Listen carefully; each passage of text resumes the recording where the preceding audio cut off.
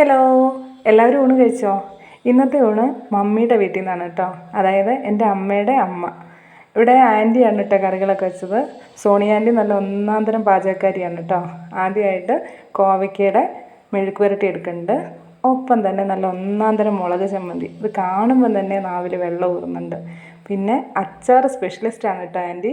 ഇത് മാങ്ങ പച്ചയ്ക്ക് അച്ചാറിട്ടതാണ്, അതായത് വേവിച്ചതല്ല. അതുകൊണ്ട് തന്നെ പച്ച മാങ്ങയിലേക്കാണ് ഈ എരിവും പുളിയും എല്ലാം പിടിച്ചിരിക്കുന്നത്. അപ്പോൾ ആറ് ടേസ്റ്റാണ് കേട്ടോ.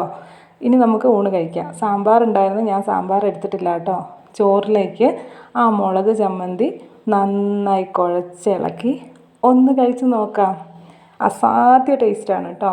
ഇനി നമുക്ക് ആ കോവയ്ക്ക തോരനും ഒപ്പം തന്നെ കുറച്ച് മാങ്ങ അച്ചാറും ഒന്നിച്ച് ചേർത്ത് ഒന്ന് കഴിച്ച് നോക്കാം. അതിനും കിടിലൻ ടേസ്റ്റായിരുന്നു കേട്ടോ. പിന്നെ നമുക്ക് ഈ പതപ്പ ഫ്രൈ ഒന്ന് ട്രൈ ചെയ്യാം. പിന്നെ കാണാം.